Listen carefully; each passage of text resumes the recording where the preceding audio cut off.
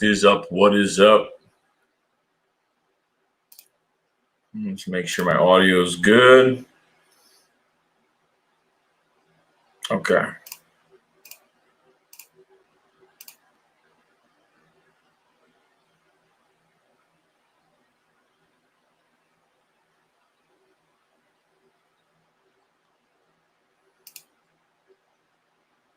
Okay.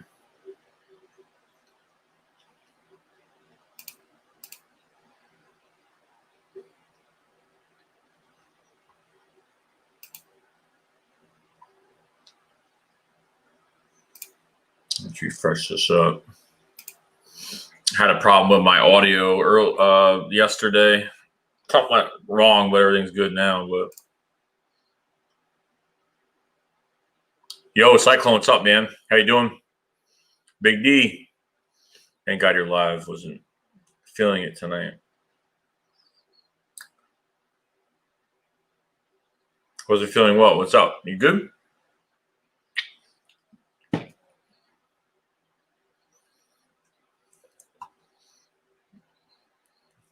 Oh, your audio is always screwed. Nice.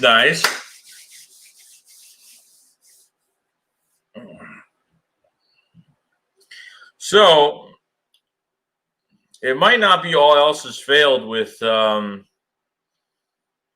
people coming to the stadiums. Even if they only allow like 14,000 in Lincoln Financial Field.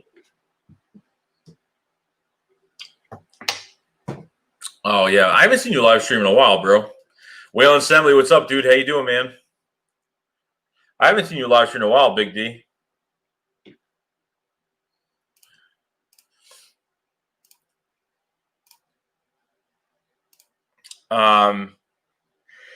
So since it's Lincoln Financial Field and it's a, I guess it's not really a private business. I think what they're going to do is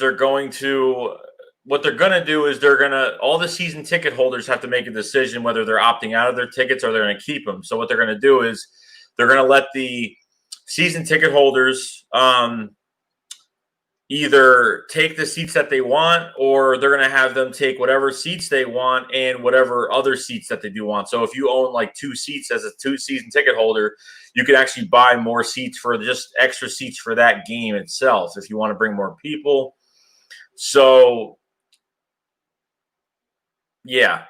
So that's pretty much how it's going to go with all that, in the time being. You know what I mean? So I think season ticket holders will be able to have their seats, plus they get to pick other seats just for that game. Other than the seats that they have all year, they're able to pick other seats and stuff like that.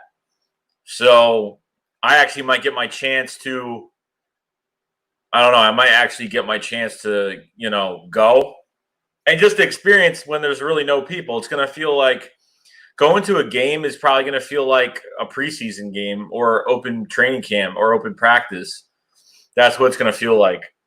So, bro, Roki says last time I slept, the Cowboys won the Super Bowl, bro. Turbo, what's up, bro? I like the picture, dude. I like the new pic, bro. Big D, I'm pretty sure the season ticket holders have first. Yeah, they'll have first dibs. And they'll be able to buy more seats in the time being. So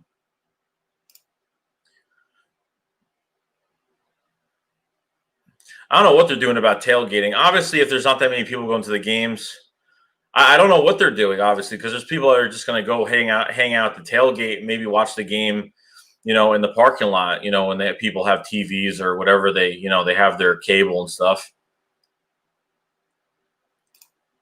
Keith says, think Rieger's ready early. Oh, yeah. I think he'll be ready. Big D says, always have to remember Eagles are a team that feeds off the crowd. And that's how it always been. That's how it always has been. You know what I mean? Pro Gamer, what's up, bro? Big D, if you attend a game, you'll know what I meant by that. They got to allow people to go inside the parking lot. Spark says, remember when we wanted Jay Gruden for OC? Yeah.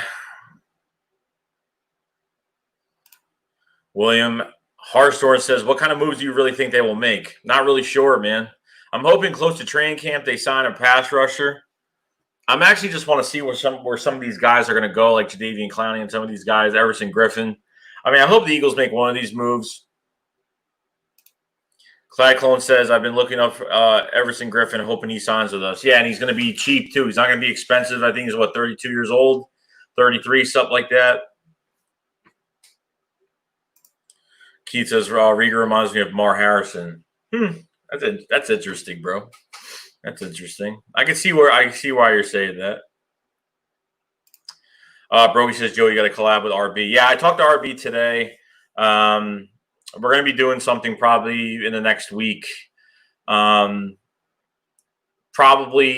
between next Tuesday on, we're probably going to find a day to do something. So, Big D says, without a roar crowd, feel this team is Babe in the Woods. Yeah, and unfortunately, it's going to be weird, man. It's like there's going to be no home field advantage, honestly. Turbo said, you hear what's happening to the Redskins? Yeah, it's crazy. Like, you know what? There is a smart guy out there right now that's copyrighted every name. So every name that the Redskins are trying to – all the rumors of names that the Redskins are trying to change their name, there is a random dude out there that is trying to – he's gotten at least 20 to 25 names copyrighted. It's just some random guy. And the Redskins can't use any of those names. So what's going to happen is the Redskins hired a lawyer. So now the Redskins hire a lawyer, and yeah, it's going to be interesting. It's going to be interesting because this guy is smart, and he's going to get paid probably. If the Redskins need to pick a name, that's what's going to happen. I saw it, bro. It's crazy. Dan Snyder is yeah. Big D says Dan Snyder forced out. That could be bad for us. Yeah, probably. I mean, or they bring in somebody that has no idea what the hell they're doing. Key says, hope Cox is healthy this year. I think he'll be fine. I think he'll be fine. Turbo says there are rumors that they paid the refs. No way. I didn't see that. I didn't see any of that. Yo, Nitro Freak, what's up, bro? If you guys have not, please subscribe to Nitro Freak, his YouTube channel.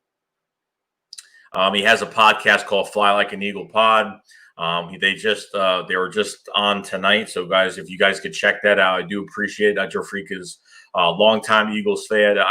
Everybody probably knows who Nitro Freak is. But if you don't, though, subscribe to Nitro Freak's YouTube channel, and you'll see a lot of great content. A lot of success is coming his way with the Eagles pod and everything like that. So, do appreciate everybody heading over there.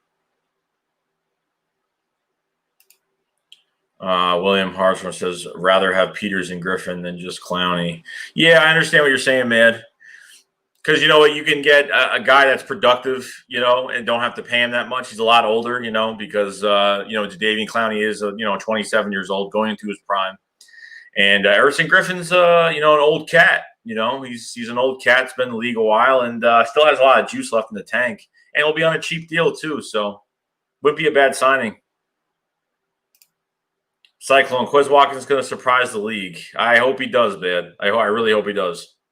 I hope he does, man. I'm liking Quez Watkins more than John Hightower. I have, gotta let these guys start. I'm rubbing my nose. My nose has been itching, since I got home. So,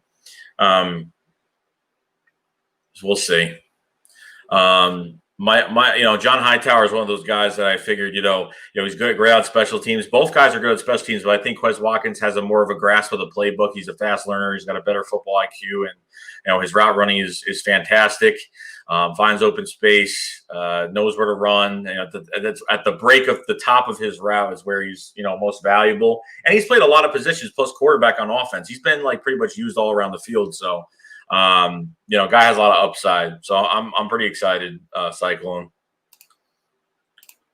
program guy Snyder tells the team Redskins fans are going to throw a party, probably, but they got to hire the right person too. Just remember that. Keith Robinson, all neutral games. Pretty much. That's how it's going to be, man. 13 people in the chat. Thank you for coming around tonight. Do appreciate it. We've been doing these late streams every night with everybody.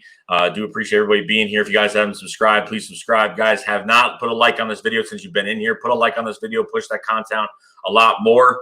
If you guys have not checked out the Shake Squad memberships down below, check them out. A lot of perks. Get your loyalty badges, get your custom emojis, and a lot of behind the scenes and content that I would never upload on YouTube to the public. So the link will be down in the live chat, just putting it in there. Check out the memberships. You'll love it. I already have 6 members right now, and they're loving it. And, you know, I appreciate everybody coming into it. So.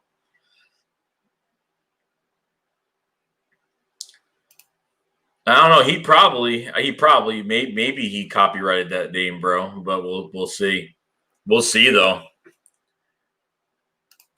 Spark says, shout out to that dude. Yeah, nah, some random guy, like, had it all He must know somebody because he had all these names copyrighted. He must heard rumors from the Redskins that they were changing to a certain name. So now everything's copyrighted, so they can't even use the name. The Redskins can't use the name that they want. So it's been kind of crazy. So I at this point, I really don't know. I mean, a lot of people left from the Redskins organization. Like a lot of people, the guy on the radio, he ended up leaving. He just left, and they asked the front office why he left, and they would not comment. So that's not good. Two front office officials. I know they fired two guys left. Two guys got fired on the front office, on top of the radio guy leaving. So there's a lot of stuff going on, man.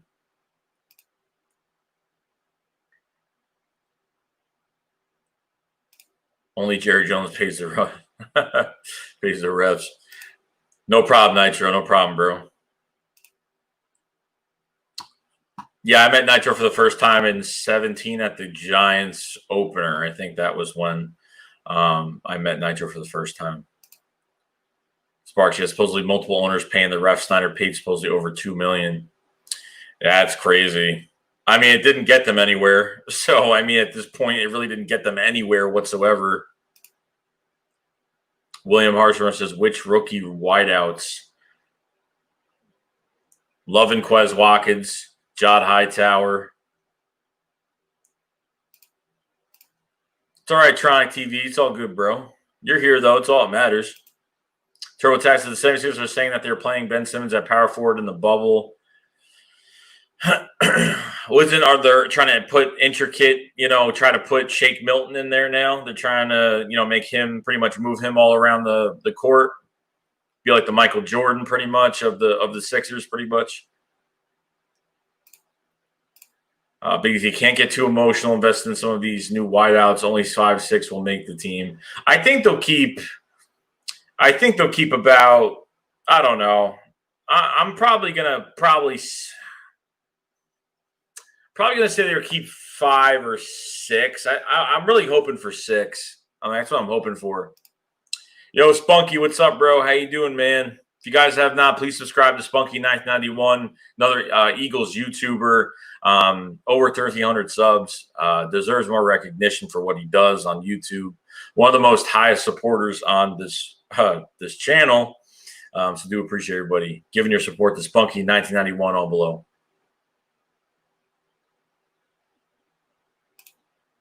Turbo says, I can't pick between John and Quez. Well, we're going to find out. We're going to find out soon, man. July 28th is the start of training camp. So got a lot to talk about. I'm going to have a lot of videos. I'm going to have constant videos. You guys won't even have to really look on. You guys won't really even have to go on, to find out what the beat writers are saying about what's going on in practice. I'll be covering that every single day. So every day. Cyclone says, I would like Hurts to get game-winning touchdown from Wentz against Dallas. That'd be great, man. Lord Dagger, what's up, bro? How you doing, man? Paulie, what's up, bro? Shakes, what's up? I think Dak wants to be traded to the Saints, but we're trading him to the AFC. Is there a rumor now he wants to get traded now on the tag? Cyclones, Alshon is going to be on the pup list, which gives hope for Watkins and Hightower. That's why I really wanted, guys, I really wanted Alshon Jeffery not to be on this team, because when Alshon's not on this team, it makes everything so much easier. You know what I mean? And then what about Greg Ward, man? Like, what about Greg Ward? I would love to see Greg Ward be in the slot. I would love it. You know what I mean? You know, we haven't seen Greg Ward to his full potential because he was playing with a bunch of guys coming off the street. He wasn't playing with the starters. Like, I want to see Greg Ward, Jalen Reagor, Deshaun Jackson. Like, that would be fantastic. You know, I think, you know, Zach Ertz on the field. I mean, the offensive line, I mean, it would be fantastic. Greg Ward is very underrated. One of my favorite wide receivers on this team right now. And, you know, he might be the odd man out. He just might have a really big uphill battle. But I'm telling you right now, he ain't going to, you know, Greg Ward is not going to give up. You know, Greg Ward is not giving up. So, Brokey 711, a bench jumper is looking good if he does that on the court. Sixers fan be a legitimate contender if we can work everything out. Yeah, I've been seeing him his videos at practice stuff, shooting threes and making everything he's been getting. So yeah, as long as he does it in the game, it's all that matters, man. Tronic says I want to get a membership, but $199 is too much for me. Hey, bro, I'm telling you, they are cheap, but you know what? They're cheap and they're fun. And I've already put some content out already. So I'm telling you, it's a lot of fun with the memberships. You guys have enjoyed the Shake Squad Army, go check down below. I already have 6 members right now. People are having a good time with it. I was asking everybody through a little chat thing just for the members how they're liking it. Everyone's like, it's great. You know, I couldn't like it any better. So people have been enjoying it. I was talking to Paul to clarify. Oh, okay. Big D said, I think John Quez will be ones fighting for that last spot. Could happen, man. Could have some of these guys on practice squad. I'm on what's it called? Special teams as well. Pro Gamer Galaxy, Dak missed an opportunity to get an extension. He missed an opportunity. He missed probably 3 or 4 opportunities to get an extension, but he's so damn greedy. You know what I mean? This is the stuff that happens, man. This is what happens.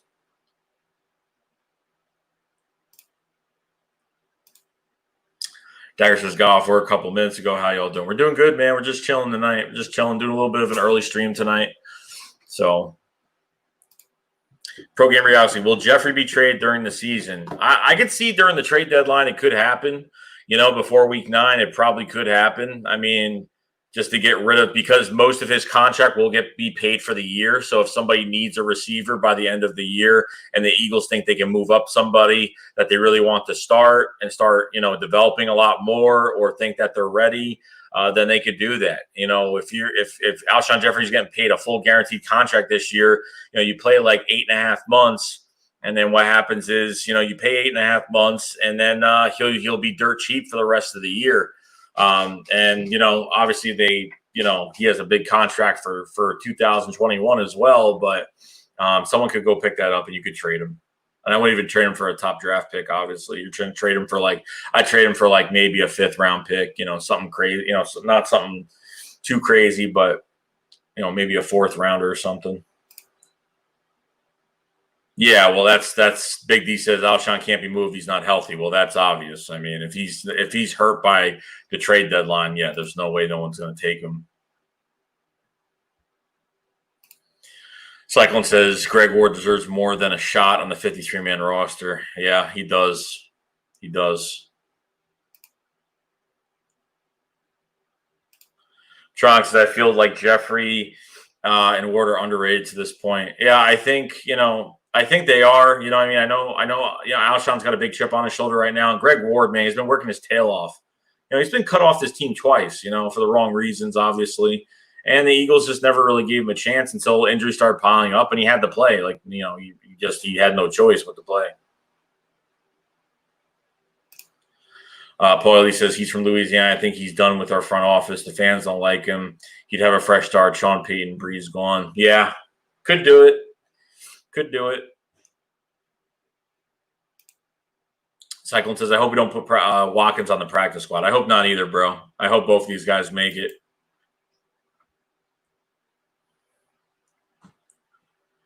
Pro Gamer Galaxy is Dak inflated seats Prescott.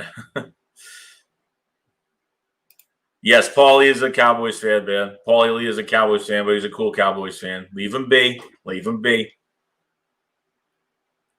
You leave him be. Wise guy 2374. Nobody wants old man Jeffery. I don't want old man Jeffery. I want to get rid of him. You know what I mean? I want to get rid of him. I don't even want him here. I thought, before June he would have got traded or he would have got released or not even traded. But I don't know. I thought they would have at least took the cap hit or something at this point. I don't know. Yeah, no, I don't think it's going to happen now. I don't think it's going to happen. I don't even think it's going to happen later this year. I think the Eagles are just going to swallow the pill, honestly. I think they're just going to swallow the pill.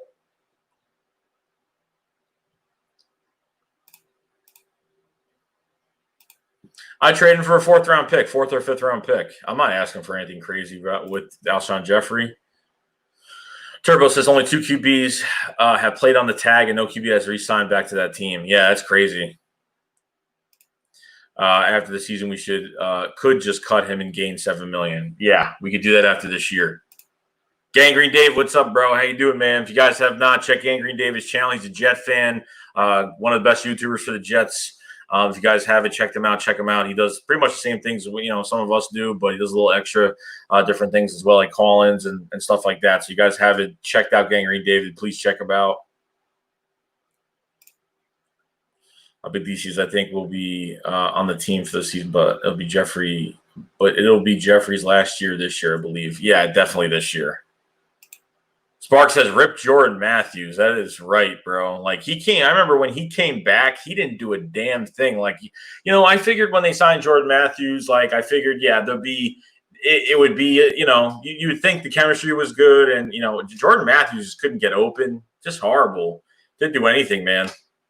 Played like crap.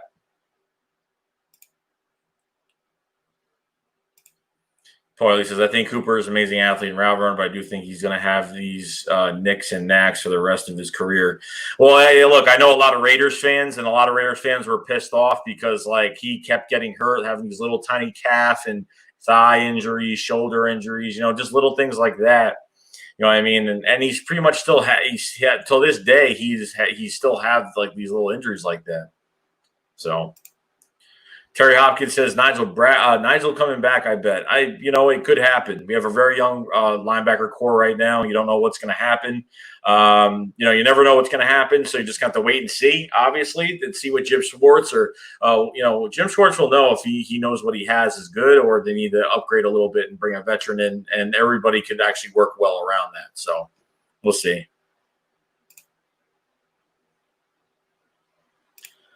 Lord says a lot of people will not be here next year. Nah, we're getting rid of a lot of people next year. We're going to have a very, very more young. I mean, we're the 8th youngest team in the NFL right now. I think we're going to probably be in the top 5 youngest team in the league.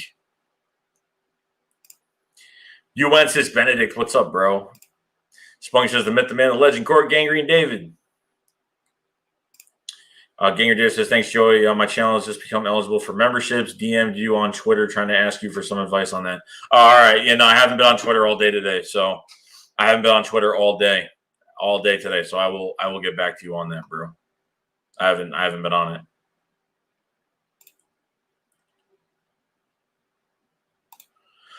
Cyclone says, would you have rather signed Byron Jones or would you go with Slay? I mean, honestly, I like Slay better. I think he's a better corner, than Byron Jones. But Byron Jones got paid, $17 million a year, which he's really not even worth that at this point. I mean, he's probably worth maybe going 15, maybe 15. Darius Slay has a resume.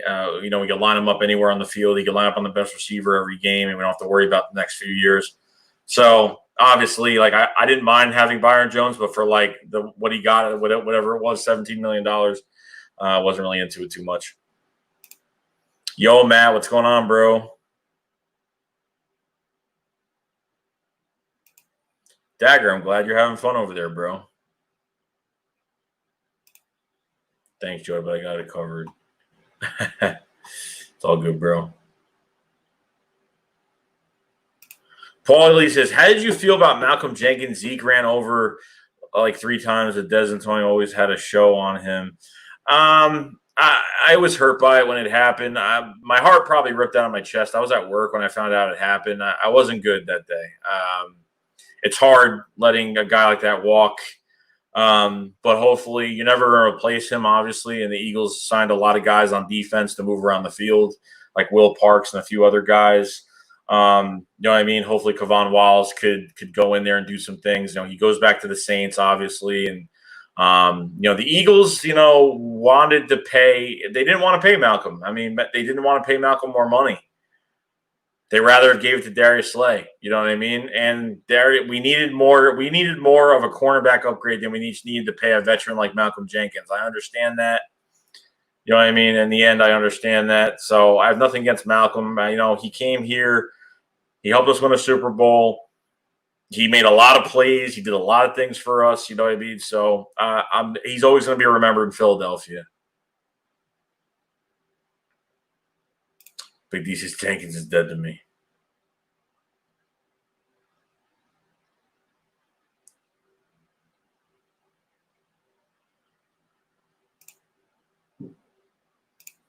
Silence says, I was hoping we were going to get Littleton and Perriman this season.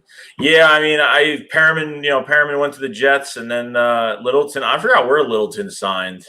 I forgot where he went, but unfortunately, the Eagles wanted to go really young and do that. So I mean, getting Davion Taylor in the third round from Colorado. You know what I mean? There's a lot of upside with some of these guys we have here. And with Nathan Gary, too. I know no one's really a big Nathan Gary fan, but you know what? He's been throwing the fire, and he's made the calls, and it's good to have a guy like that's been here. You know, a guy that played safety for Nebraska came to the Eagles as a linebacker, which is not easy. So Big D says, I think Brooks may be gone after this year. Could happen, man. That means they have to go sign. That means they have to go sign a they have to go sign a big-time guard if that's the case, or draft one next year. So we'll just see what happens with that.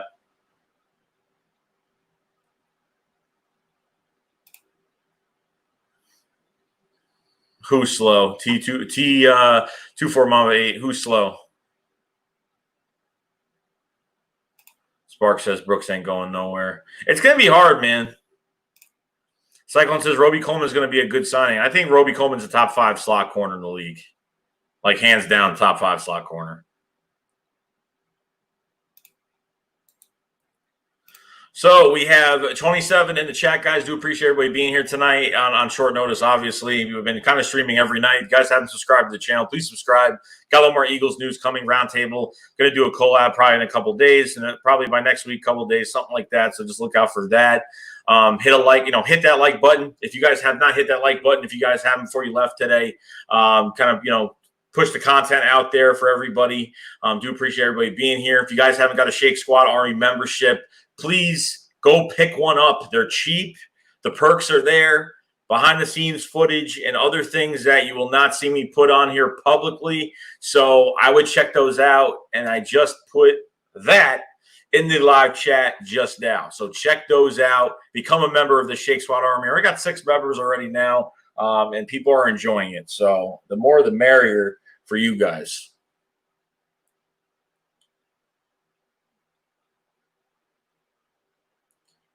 Fuck. Spunky says, do you think Deshaun Jackson will play more than 1.5 games? I hope so, bro. I mean, I really hope so. I mean, hey, I hope. I don't know, man. It's a big difference. If you have just Deshaun Jackson here for all 16 games, it's exciting, man. It's exciting.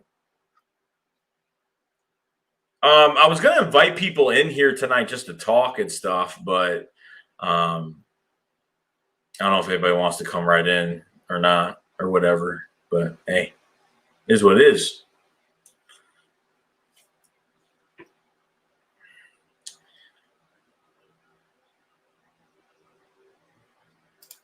Policy, I know guys are pissed when Xavier Woods elbowed your tight end and broke his ribs. Even I knew that was kind of dirty.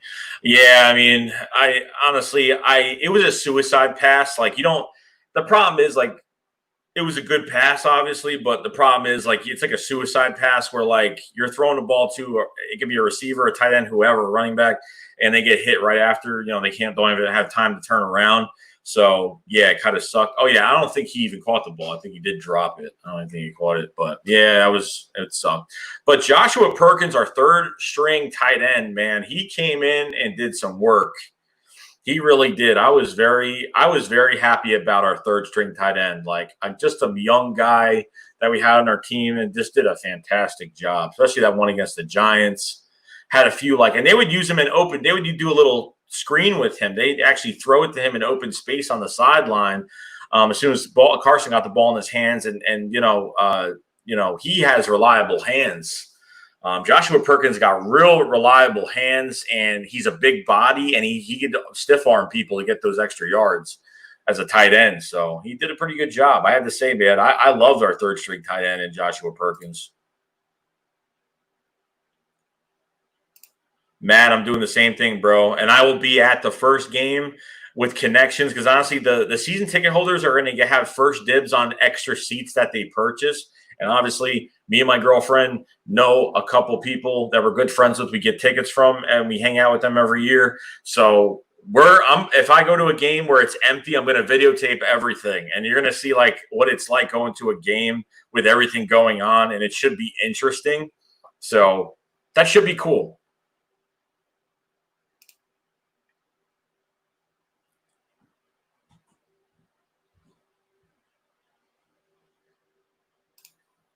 Yeah, Sparks. I mean, if it ever got canceled, it would be a little bit of time, obviously. Cyclone says this is going to be exciting training camp. I'm excited, bro. I can't wait to just see video and see stuff happening. You know what I mean? I'm just excited for it. Kuma highlights with the super chat. Thank you, bro. He says, I'm sorry, my phone's on, and StreamYard doesn't tell me if super chats come in, and it hasn't even showed me yet, so I have to go back on my phone. I haven't used my phone at all, so I apologize. There we go. Now I'm beginning to see it now. It never even came up at all. Get Rieger in fantasy this year. He's a sleeper. He definitely is. He definitely is. Whoever gets him a sleeper, and I'm not really a big fan of fantasy. I used to do fantasy a little bit ago, so I don't really do it anymore.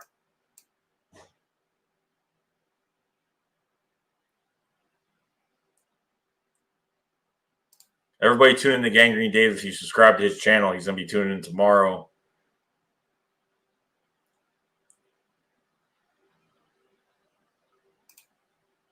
It's all good, bro.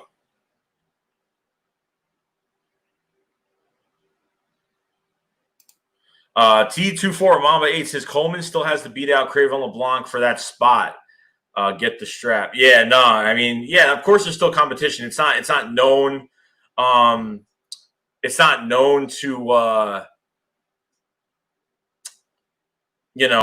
that he's going to get beat. Obviously, Cravon's going to be the backup, probably most likely. I mean, I can see Nickel Roby being in there just because he's a veteran and more consistent. And I obviously Craven LeBlanc, man, he a diamond in the rough player that we acquired. Fantastic.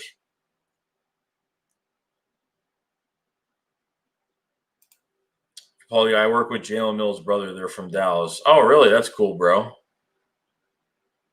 Here, hold on.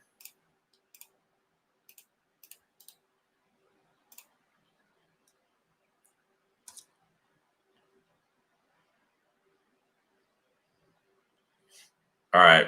Post is up, guys, for anybody who wants to come in here.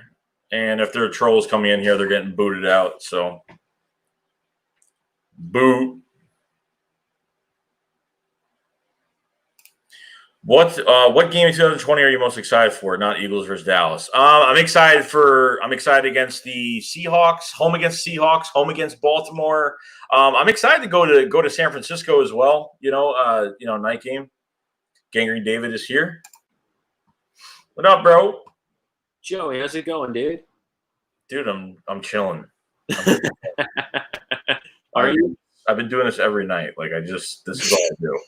So. Well, I've had a rough past couple of weeks, and I've also gotten a new job, so I've kind of been all over the place. But it'll be good to go back to video making tomorrow. That's good, man. It's good. Tell me about it. Training camp's right around the corner. Mm-hmm. And before you know it, the Fanless season will start. And it's going to be sad. It's going to feel sad. Well, I mean, think about it. I mean, because like you and I are passionate about going to games. Like it's hard to get excited about football with no fans in the crowd. It's gonna feel like watching. It's gonna feel like watching a scrimmage or something. Yeah. Yeah, I know. It's gonna feel like an open practice. It's gonna feel like a preseason game just going there. It's just It'll be like a bunch of kids playing around in the park. if I have a chance to go, I'm gonna go. Oh, me too. I'm definitely gonna go. Like the problem with us, because every stadium, every team has different rules now. So with us, it's it's probably with everybody, but the season ticket holders get first dibs on if they're keeping their they keep their tickets or they back out of their tickets, of course. But they what's it called? They could purchase extra seats if they want. So if I have a chance to get an extra seat from somebody, which I probably will, I'm gonna probably go and probably vlog the whole day of how screwed up it's gonna be, how screwed up it's gonna look and be during the game. It's gonna be like an empty stadium with I don't even know at this point. Yeah, season ticket holders I think are doing stuff differently. For the Jets' perspective, they actually sent out an email to their season ticket holders whether or not they actually wanted to defer for the 2021 season. The guy that I was supposed to buy my season tickets from this year decided to defer for next year. So essentially, like we're basically saving money now and just waiting till next year to go once everything's safe and kind of back to normal. Yeah. So like that's how the Jets are doing it at least. Like a lot of teams are kind of giving season ticket holders the option to defer, but also I heard that the Patriots, they're probably doing like a 20% capacity with everybody wearing masks. Like I think Philly was the first one I found out that they weren't allowing fans, but I'm not too sure. Yeah. Yeah, it could happen, bro. All right, Big D is here. What's up, bro? And not much. Hey, Big D, sorry. I've talked to you in a long time. Yeah, sorry about that. I've just been busy with work. Thank God I'm off tonight. Don't we all have to work, bro? Yeah, that's how we get paid. So sorry about there being total darkness, but I don't feel like turning the lights on. I'm sitting in the truck and it's bad electrical problems, so you're all just gonna have to deal with it being utter blackness up in here. It's fine, don't matter. Don't matter to me. Big D, aren't you always a guy that loves the darkness? That's why that laugh, you just know. Like, I mean, that evil laugh kind of speaks for itself. Oh man, I don't know, man. This is gonna be. I know a bunch of people personally in my town that are boycotting the NFL this year. They're not even watching any games. Don't care. I don't blame them. Everybody has an opinion about it. You know what I mean? Like, it is what it is. Like, I don't like disagree or agree with everything. Like, I don't care. Like, whatever they want to do is what it is. Like, I can't like just not watch football. I just fucking can't. Yeah, we need football, honestly. Like, I can't deal with this. Absolutely, anymore. We need it. I can totally see where they're coming from with their desire to, with their want to boycott the season because of how consumed by politics most sports are nowadays and everything that's been going on lately. So I see where they're coming from, but I myself, I was contemplating on it, but like I'm still gonna watch the games and just tell everybody what's going on. Right. Like I review the games all the time. So that's kind of how this channel stays afloat from the beginning. It's like I've heard some YouTubers do it, and I'm just like, okay, so what does that mean? You're not making videos on the team? Is that what it means? Like you're still gonna watch football, but you're just gonna make videos. I mean, that's pretty much. I mean, we'll feel I think it's because they're just not gonna watch football. I think that's the thing. That's what they mean by it. They're not even just gonna pay attention to any of it. Right. They may just look at the results every now and then, but I don't know. That's just come on. Like, but at least you're getting a full NFL season. Like the MLB was struggling to try to get their games in, and then when the NBA and the NHL kind of had to shut down, they were already like deep into their seasons, so they were kind of good already of what they were going for. Yeah. That's the other thing. So like one thing that whole NBA thing is a mess. It is a mess. The MLB is a mess. I heard that. Oh, absolutely. It's been a mess for years, but now more than ever. I mean, the Lakers lost Avery Bradley because he didn't want to go, and I don't blame him. Of course, I heard some Lakers fans sent some death threats to him as a result. It's like, come on, man. Oh God. What? Because he was thinking about his family or his potential health or whatever. It's like, come on, you can't be that petty. Yeah, can't be selfish either. Like, I still don't know how all these players are getting exactly, and I think that's the problem. Like, I still don't know how all these players, like, they're getting these large contracts when they know the company's going to start losing money because, like, part of the NFL is ticket revenue and sales revenue. And sure, like the NFL, they could sell their merch, they could have their TV revenue and stuff, their ad revenue, but ticket revenue is a big part of it, especially since like NFL stadiums are probably some of the largest sporting venues in the United States that holds thousands of people. The NFL could lose a good portion of their revenue. So with their cap space going down, why are you giving out big contracts now to players? Like that's beyond me. Yeah, I never did quite understand that. Like, why give Patrick Mahomes a 10? Well, first off, Patrick Mahomes is not playing to that entire contract. I think they're going to eventually renegotiate that contract. But you're getting guys like Myles Garrett getting paid, Derrick Henry got paid, Chris Jones already got paid. And then before you know it, Jamal Adams is going to keep throwing a fit on Twitter for not getting his contract and how he wants to get traded. He ain't going to go anywhere. No, the Jets are not going to trade him. No matter how much. I think if Jamal Adams was going to go anywhere, he would have already gotten traded to the Cowboys because they're the teams that's the team that wants him. You can't afford him anyway. I hope he doesn't go there. Give me La'el Collins for Jamal Adams, and you got a deal. Yeah, that ain't happening. Yeah, that's the deal they'll never go for. No. Yeah, the Jets probably already made that deal out to them, and they could just walk away with their conscience clear and be like, hey, we tried giving him a deal that I felt was fair, and they didn't want to do it. They did at the trade deadline. They did that at the trade deadline, which pretty much essentially Joe Douglas just spit in their face saying, you know what, you can't have him. Like, screw off.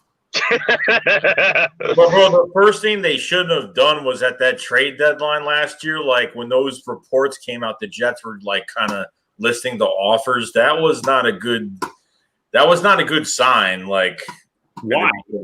He's a general manager. That's his job. I mean, that's his job. But the thing is, I'm talking about is Jamal Adams. You know, kind of. I guess that for him, it's like disrespecting him in some way. I guess I don't know. Well, I mean, like, you should at least converse with your players on what's going on, especially since, like, this is your star player. You can tell him, right? I mean, nothing was said to him. From what I remember, I don't think there was really any communication in terms of trade talks. I mean, I think part of me thinks that the New York media, like they do with everything, just blew away out of proportion, but also Jamal has that kind of kid-like mindset because now, like at this point, every Jet fan has turned on him and they want him gone because of the way he's been acting on social media. Let me guess. I haven't been paying attention to much of his tweets, but I'm guessing he's got this massive sense of entitlement, and it's that's not good. That's exactly what it is. I don't know, bro. I'm just when I walk out of my house every day, it just feels like everything's not normal when I walk out of my house, when I go to work. And then when I come home, I'm fine. When I'm home, I'm fine. But when I'm like step outside, you feel more safe. When I step outside into the world, I just like. Joey, sorry, Denzel Mims bashed the hell out of Philadelphia. Well, looks like you can see me because some guy's driving right by me. Ain't gonna last too long. Don't talk about Denzel Mims. I've already made a video. I've already made a video talking about the motherfucker, and I honestly could give two shits about what he has to say. And like I said before, I mean, I don't think he was bashing playing for the Eagles. I think he was bashing his experiences with the city of Philadelphia, and based on those claims, it's like, come on. It's like, first of all, You're playing for a city that makes Philadelphia look like ancient Greece, look like Athens. I'll tell you what. I said it before, and I'll say it again. If you took Denzel Mims' balls and you rolled them toward a drinking straw, it'd be the equivalent of rolling 2 kernels of corn into a storm drain. That's my wide receiver, man. Oh, David, did you see that? But did you see like that interview he had with our beat writers that one day? Did you see that video? I mean, we probably put it up. Didn't he say that he was scared playing? It was just a weird, like, this is before the draft. This is like you're trying to get drafted and you like tell this story of when you went to Philly, like, and like you're on a show with the beat writers of Philadelphia, and it's like, you're telling us not a good look. It was just weird. It sounds just really weird when he was talking like that. I was just like, that's like, why I don't know why you would say that. I mean, obviously you're telling us your experience, but I mean, as like exactly as you no, it's all good. Like as you're trying to sell yourself as like a player that's trying to get drafted as high as possible and make as much money as possible. It's just, I don't know. I just thought it was weird. I don't know. That could be one of the reasons why he fell so far. It's exactly why. When you make a dumbass comment like that, it doesn't exactly endear yourself to teams that, by and large, play in major cities. Well, now he's playing in New York, so that's technically a major which is worse than Philadelphia. I mean, don't get me wrong. Philadelphia is Philadelphia's got major problems, no doubt about that. But compared to New York, they're not even in New York's league when it comes to problems. I think also part of the reason why Denzel Mims fell that far back is because he had a hand injury and didn't play in the Big 12 championship against Oklahoma, which was well needed. Because the first time Oklahoma and Baylor played each other, Denzel Mims went off that game, and then that's when he suffered the hand injury. But like, I'm hearing this whole reputation, and the same thing can be said about Jalen Reagor because both Reagor and Mims are both Big 12 players. That not a lot of those kinds of receivers can succeed in the NFL unless like you have like a skill set of like a CeeDee Lamb or anyone of like a top-notch Oklahoma wide receiver kind of thing. So, like, I like our pick there in the second round because we traded down and still got that playmaker anyway. But I got to see what he does against NFL competition now. Like, that's the other thing with that.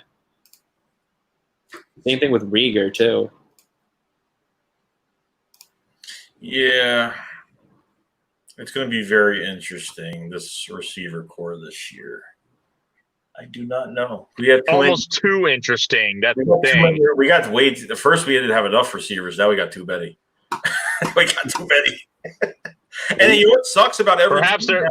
What sucks right now is that if the NFLPA signs off on having no preseason games, like how are you going to develop these players this year? Like it's going to suck. You're not.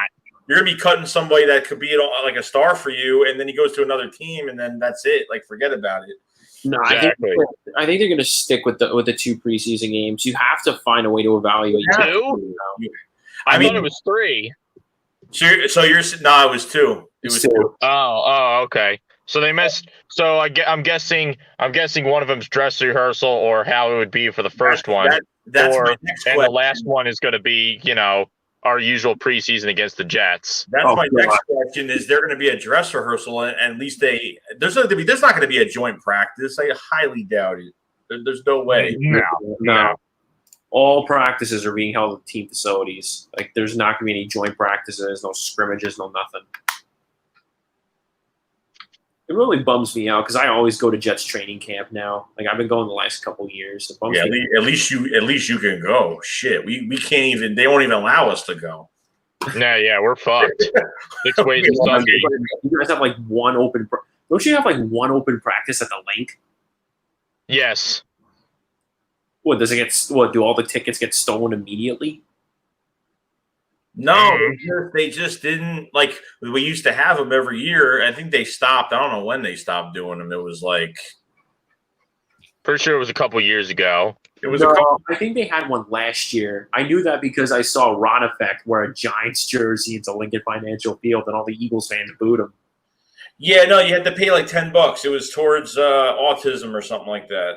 It was like a charity, but they sold out like in 2 seconds. Like that was the whole point of it. Like they made their money, so they sold out like crazy. Oh my god, that's crazy. So it's just, I don't know. This whole thing's just been absolutely insane. So, I mean, I'm glad that hopefully you got everyone staying safe. Just I don't even know if I'm going back to school. You know what I mean?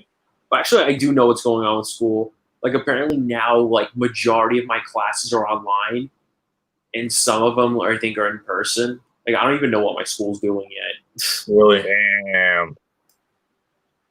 I mean, I'm in my final year. I'm going to be graduating. Oh shit! Hey, dude, well, good luck with school and everything with school and stuff. I mean, thanks, Joey. It's tough. I have to start work. I have to start and get out of work an hour earlier than usual because of this. And I got a text message from my gym saying that they were going to open up tomorrow, but then I got a text message today saying they won't. And it's like, yeah, thanks for the dick tease. Oh my god, man! I need the gym to open back up so bad. In the worst fucking way. Well, my gym has a pool. And that's what I need right now. I need to train. yeah. Even if I don't have a season this year, I just want to swim again. Yeah. I was really looking forward to fucking up the Guido pump tomorrow. And for those of you who don't know, the Guido pump is 15 to 20 sets of bicep tricep supersets. That sounds pleasant. Oh yeah. Denzel Mims is not going to be a bust. Relax. Don't piss him off now. Relax yourself. Fucking Don't judge him. Don't judge Hey, him. at least in my Denzel Mims video, I actually did entertain the idea of him having a stellar career with you guys, or him being good enough to where he can go to the Chiefs or something. At least I entertained that idea. I think he'll have a solid career with the Jets. I think so. If him and Sam Darnold can gain decent chemistry together, then I think he'll have a decent career going forward. You never know. And he's also a big-bodied wide receiver, something the Jets haven't really had. Like, we haven't had like that big-body kind of receiver that can make contested catches. That's what Mims is. Mm. Yep. Yep. Okay. Reading over everybody's stuff here. I gotta wait for my membership to get approved. Yeah, there's like 4 steps you gotta do. Yeah, I already did 2. I already did 2 of them, which were the toughest ones. Yeah, it's I like, for me, I like keeping it simple. You know what I mean? Just keep it simple. Like, it's just like I'm probably gonna do more with it later on, but right now I'm just kind of starting off simple with all my perks. So I'm not doing anything crazy with it. And then the badge, the badge was kind of a pain in the ass to deal with because you gotta play with it and play with the image size. It was annoying.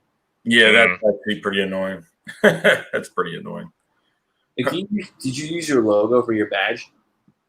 Yeah, for one at least. For now. Oh, yeah, I definitely got to create more.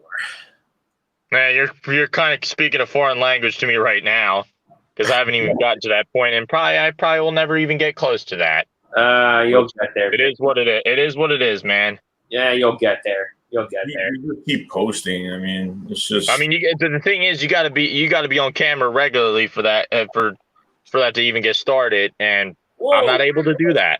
At this point, it's just more than just going on camera and making a video. Like, you gotta enhance. Yeah, I know. Yeah. Yeah, I'm getting a bunch of shit because I'm buying a new camera. I think next week I'm buying a new camera, a new lens, and stuff. So I'm upgrading. That's good. Getting rid of a webcam. I'm actually going all camera DSLR and stuff like that.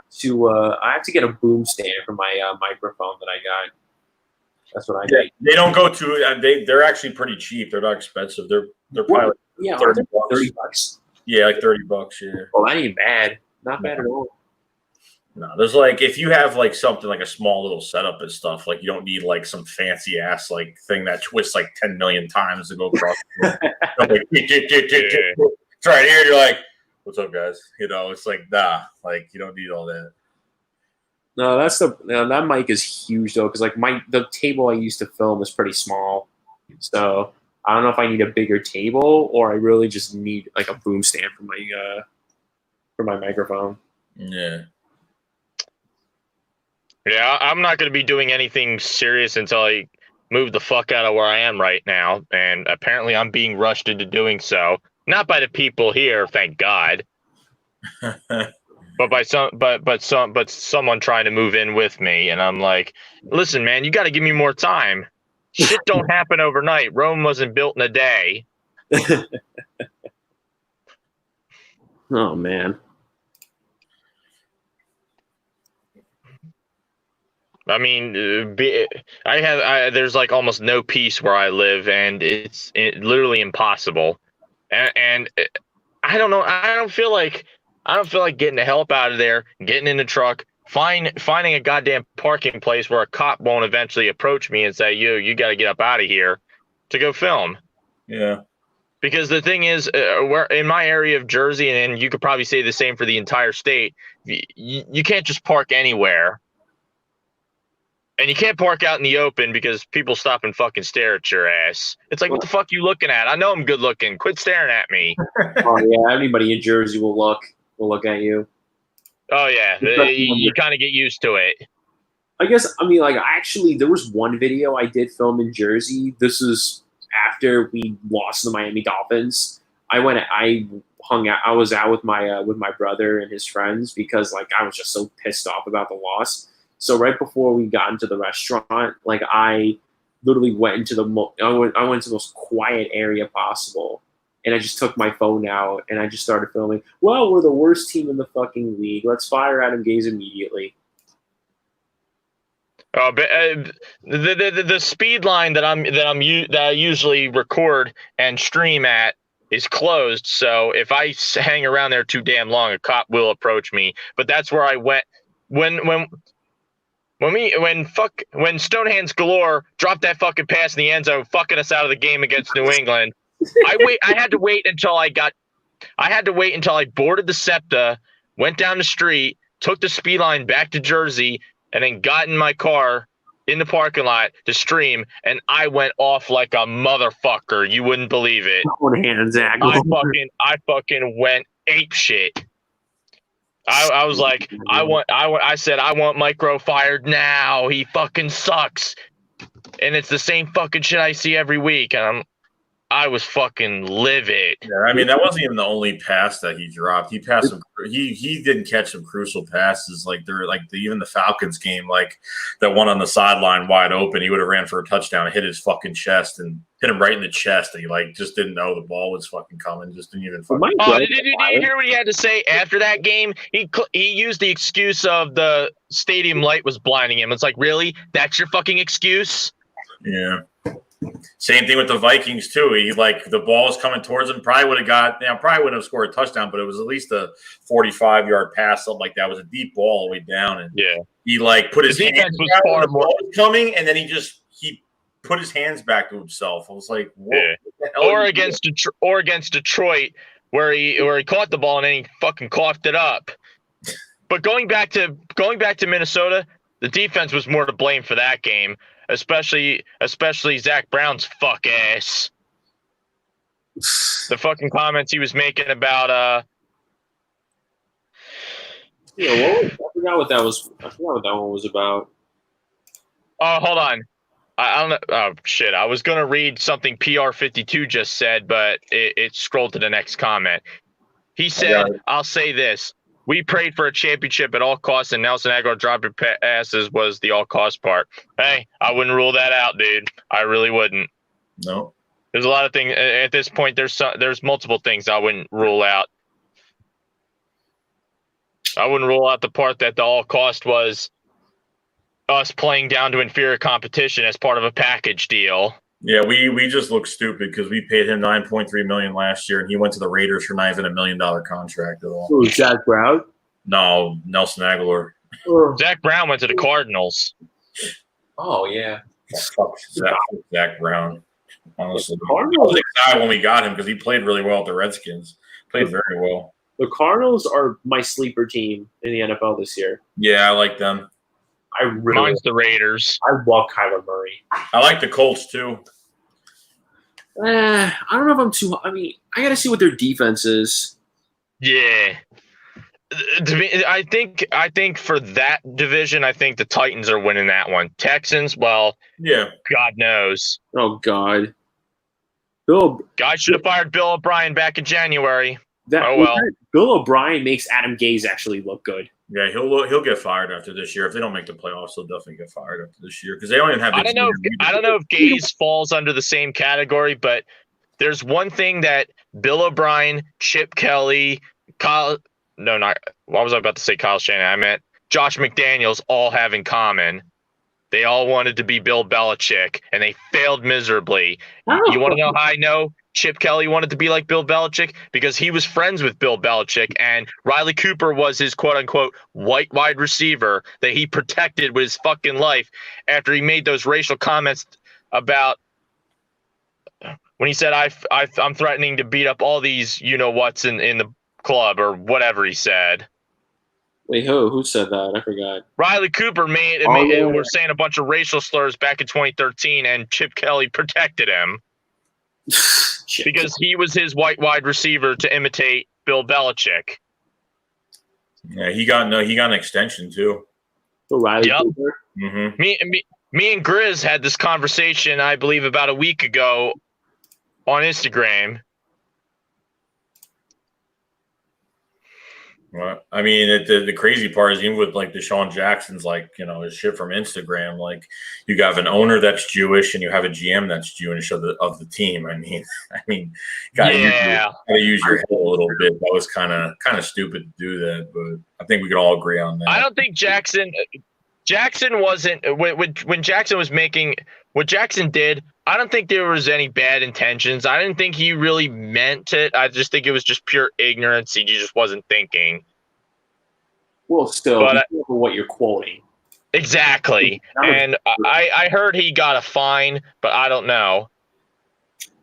Well, the Eagles plan on invoking disciplinary action, so we'll see what happens. I don't know what it's going to be. I don't know if it is that Turbo-tastic guy asking me about how I feel about the Becton pick. Yeah, probably. Yep. Oh, well, I mean, at first I wasn't the biggest fan of it. I mean, he was probably my lowest rated tackle out of the big four that came out of the draft. I wanted Tristan Wirfs over him, but I've grown to become a really big fan of the pick. I mean, it's a boom or bust pick. He weighs a lot. He's just kind of got to. He has to kind of cut his weight a bit. He also has to work on his technique and leverage. I think he'll be a great left tackle in the NFL. He could do that. Oh, going back to Zach Brown, PR just posted something that he and I had a conversation with on Twitter when he mentioned Zach Brown. He said, as soon as Zach Brown made those comments about Kirk Cousins, he knew he was going to have a career game against us. I'm like, bingo. Yeah. Going back. When did he get released? When did he get released? After what game he got released? The day after the Vikings game. Oh, okay. Oh, he talked his fucking shit about Kirk Cousins, and then Kirk Cousins fucking went ham on us, which, by the way, never should have happened. And the next day, Zach Brown, get the fuck out of here, and don't let the sumbitch hit your behind on the way out. Mm-hmm. And also, I wanted to go back to Deshaun Jackson. I almost think the Eagles might end up going the route AEW did with Sammy Guevara when they just took his salary and donated to whatever cause was offended or whatever. Right. But I don't think they would take Jackson's entire contract, but they would take a decent chunk of it. Yeah. I don't know, but that was just like everyone's just got to shut their mouth and just wait till the season starts. That's it. Right. Everybody's opening their mouth and giving their opinions, using their it's just a platform to take advantage of things. But I understand you want to get a message out there. But if you know you're gonna get backlash for it, it's just Exactly. It is what it is. Like I'm not even really talking about it, but I'm just saying like you got an owner and a GM that's Jewish in that you work for, quoting Hitler, and that you work for, and you put out something like that. It's not good. It's a really bad look. Yeah, it is. I just want football to start. That's all I give a shit about at this point. Right. I mean, whether it be that or the whole trying to get the stadium ruling reversed, at least it's showing that the Eagles organization is showing some initiative. They're actually taking action, addressing these issues. They're not turning a blind eye to it. Thank God for that. Regardless of what they end up doing. Yeah.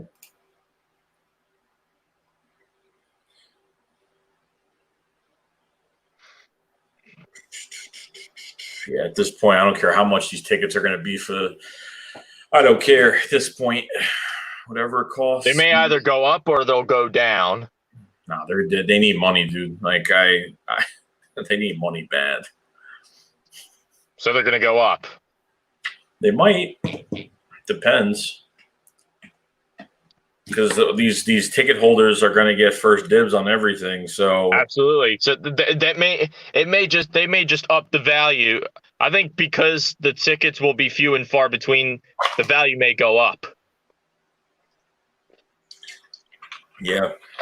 Well, if they're holding fans at basic supply and demand.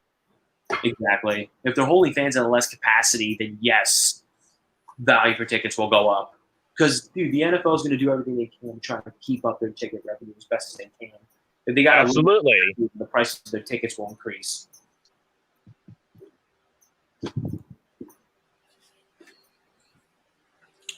Starting safeties this year. I don't know. Jamal Adams is going to be our starting safety. Oh, wait. Oh, wait. You mean he's not? I mean, I don't know. He might hold out.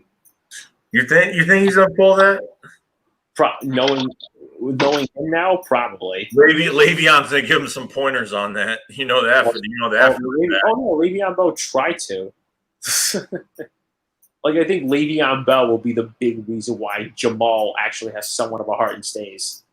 Yeah. Oh shit. Speaking of Le'Veon, Corey Clement recently has decided to take the Le'Veon route. No, not in holdouts. No, not in demanding more money, but in a rap career. Oh yeah, I saw that shit. I'm like, I didn't even bother listening to it. I was like, no. Didn't you? I didn't hear it. Didn't you guys cut Some him? people think it's good compared to what Le'Veon does. Nah, but to be fair, Le'Veon Le'Veon sets a low bar for that. But I think Antonio Brown may have lowered the bar even further. Did you hear that shit? No, I think Corey Clement fucking we cut him and then we just signed him back. I mean, he hasn't been healthy since after the Super Bowl. So I was asking about if you heard Antonio Brown's. Oh my God, it's god awful. No. What did Antonio Brown say? No, Antonio Brown's rap. Oh, it was bad. Which NFL player can actually be a good rapper? That's what I'm wondering. Le'Veon Bell's I don't even know. Le'Veon Bell's not bad, but he uses his whole fucking song is audio tune, like the whole damn song. So is Antonio Brown's. It's like so annoying. The whole even song. Worse. Like, okay, bro.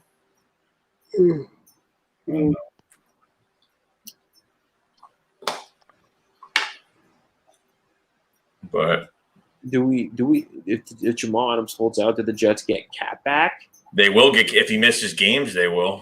Yeah, I mean, he'll end up getting fined. That will go straight into the salary cap every game. I don't know if the Jets are going to pay him. Like they don't want to pay him right now. They want to wait another year.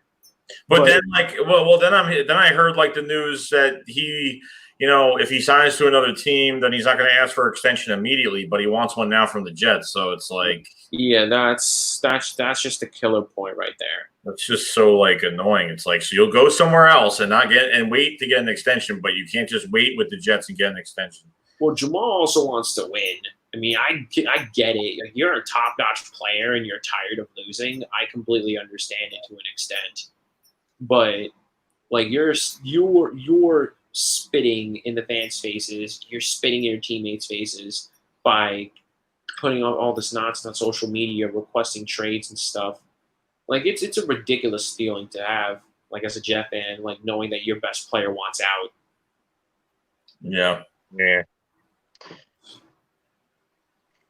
If Jamal does end up getting traded, it's gonna be for at least a first round pick and a player.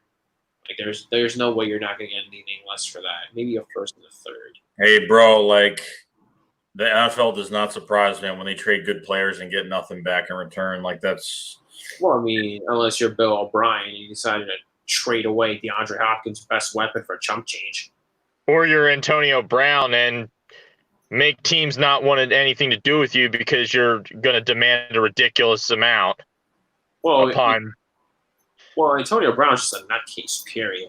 And yeah, that's kind of an understatement. I mean, I love watching Antonio Brown. Yeah, he almost came to the fucking Eagles when he released. I remember when Antonio Brown.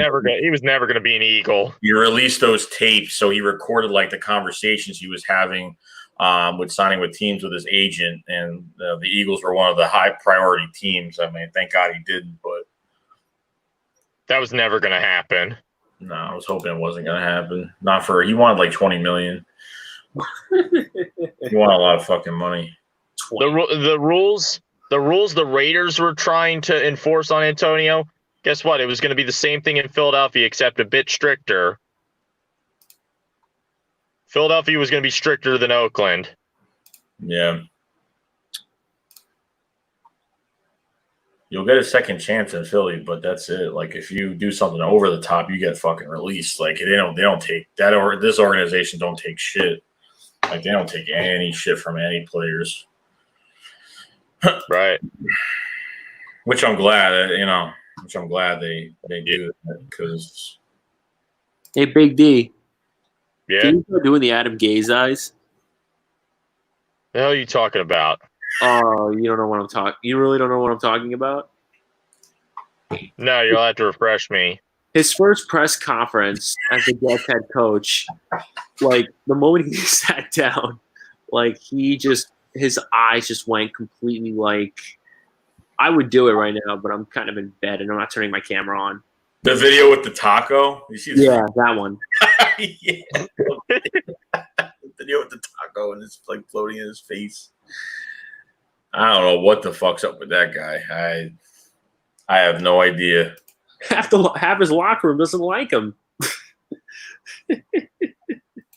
Yeah, for last time I checked, he's not exactly a likable dude, especially with his attitude. No, he's not.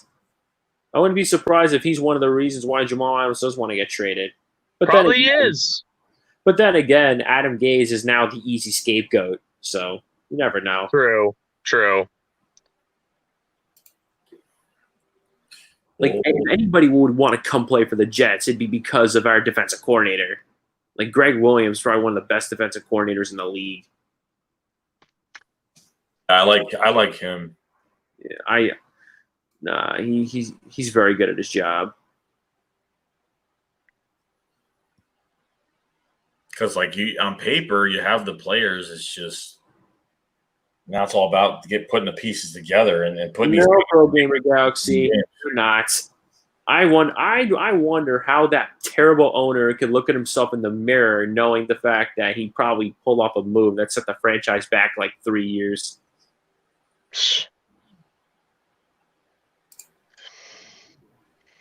Like, if anything, those Johnson brothers should focus on their mediocre baby powder and ointment products because that business is already booming as it is, let alone on a football team. Yeah, the history of NFL sports owners having another profession either prior to it or alongside to it, their history of that ain't exactly grand. Remember, there was the one Patriots owner back in 1990 who had this razor blade company, and he was awful as a Patriots owner. Yeah. Or, fuck. Who was the other guy I was thinking of? Oh, the Ford family with Detroit. Like Urinating Tree would say, if they ran their car business like they run their football organization, they'd be relying on government bailouts for years on end. or the most infamous of them all, that fuckstick Norman Brayman, who was an automobile dealer who Leonard Toast's gambling ass sold the team to back in the 80s. Oh, he was. I still think he was the worst owner in NFL history. And there's not. I don't care what anyone says.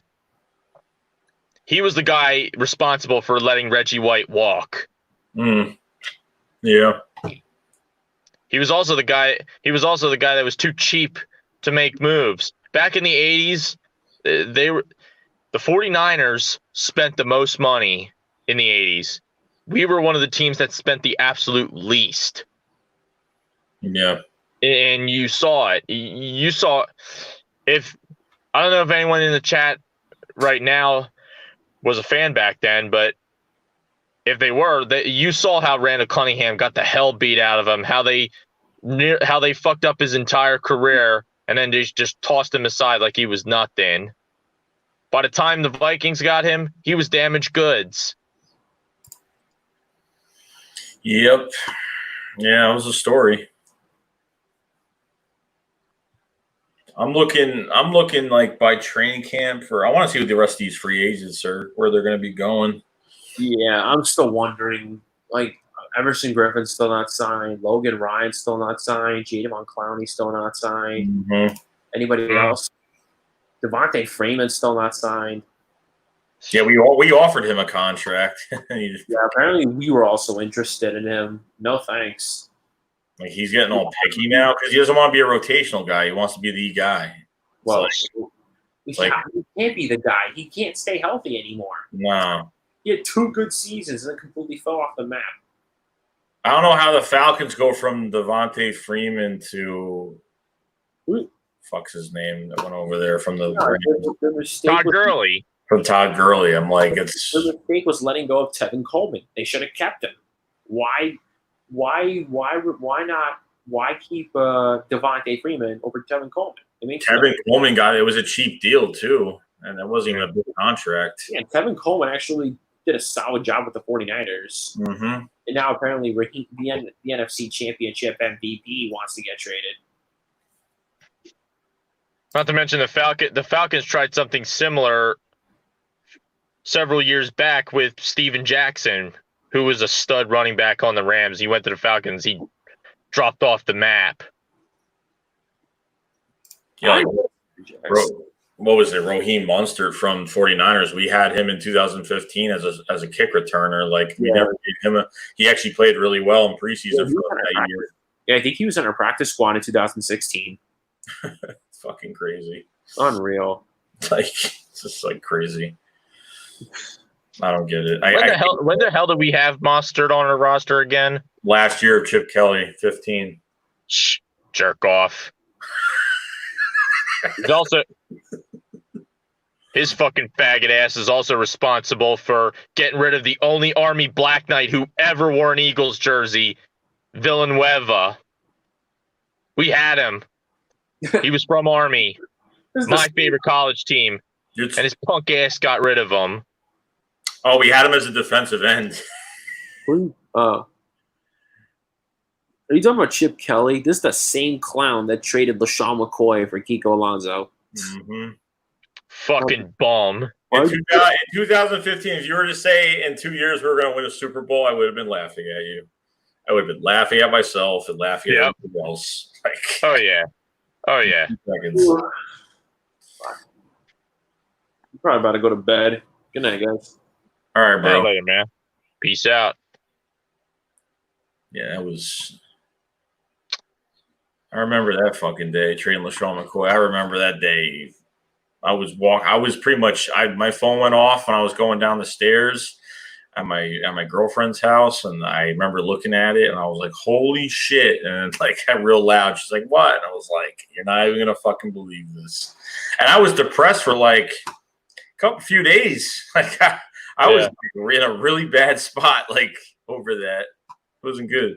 I remember that day as well. I was still homeless at the time, so I was coming back from getting something from the store with what little money I had left, and I checked my phone. Yeah, fancy that. I actually had my phone on at the time, and I actually saw the news. I think I had the NFL. I don't remember if I had the NFL app on, but I got like some notification telling me that LeSean McCoy's been traded, and I told my brother that, and I called my father up on the phone that, and he was livid. He's like, "Really? You traded your best offensive player?" Yeah, well, obviously, like they didn't like each other, and obviously, like it was to the point where they took LeSean McCoy out of red zone. I swear to God, I heard LeSean McCoy say not too long before that Chip has no fucking clue what he's doing. Yeah, and Jason Peters further backs that up by saying Chip was known to get rid of people that spoke out against what he was trying to do. And guess what? Karma struck with precision. Fired his punk ass. Didn't last a full season with San Fran. Well, it actually did. No, he lasted a full season. He only lasted one season. And he's not doing so well with UCLA. No, hell no. Nope. I think it was the year after he left, and I think everyone was keeping tabs on what was going on. I think they lost start of the season for UCLA. I think they had lost like 7 or 8 games straight. I think right at the beginning of the year. Damn. But I wanted to see if there was like maybe some news that maybe when the Eagles won the Super Bowl, see if he said anything. But I found nothing. Found nothing on it. Yeah. Well, he's going to feel embarrassed more than anything. He probably won't feel embarrassed. He's got that chum fucking attitude. Like nothing fucking bothers. You know what used to annoy the fuck out of me about him during the 2015 season? When he would have this look on his face. Yeah. Those press Meanwhile, we're getting blown the fuck out against the Cardinals versus the Lions, etc. And he would have that fucking stupid look on his face.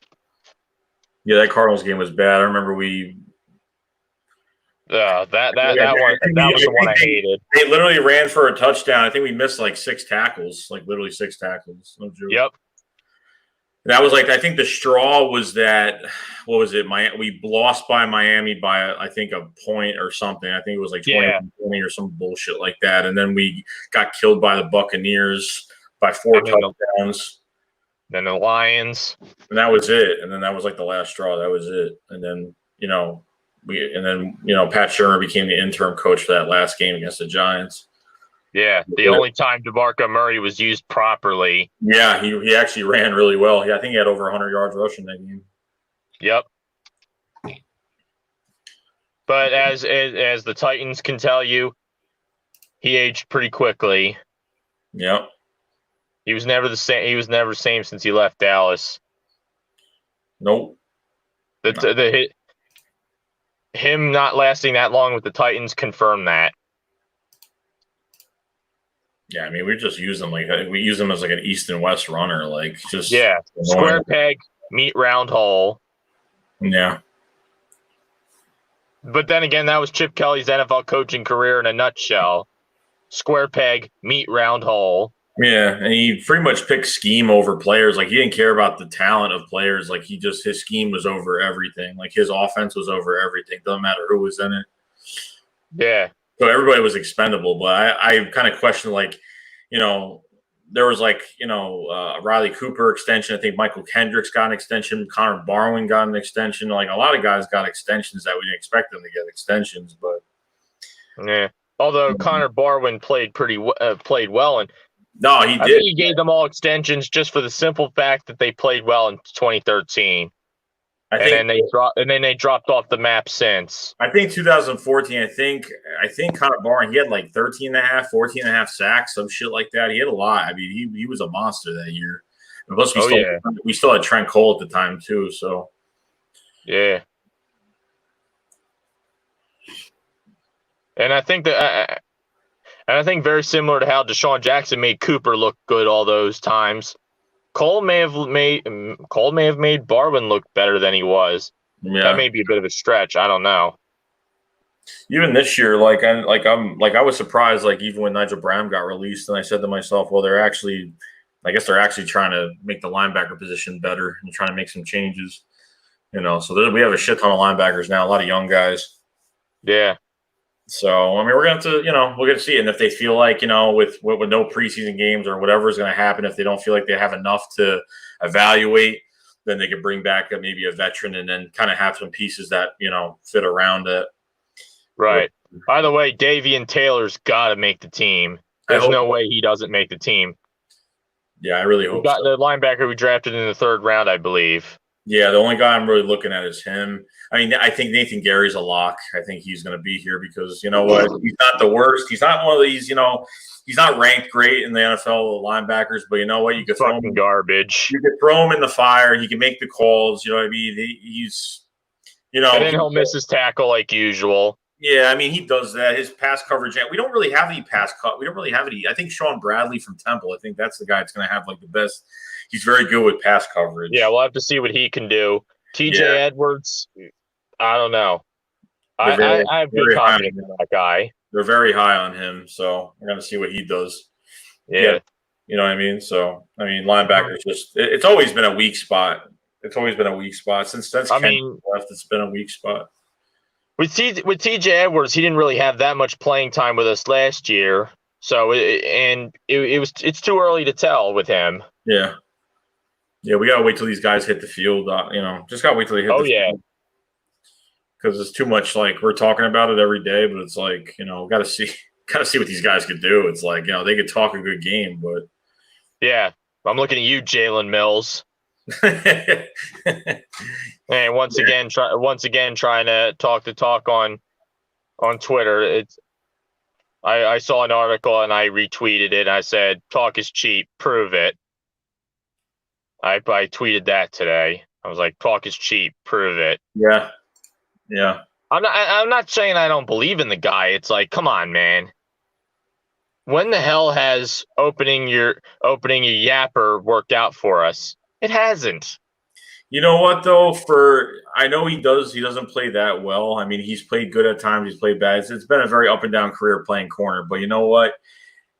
If he signs anywhere else, he's not starting for any other team. It's not happening. Right. But as a seventh round pick.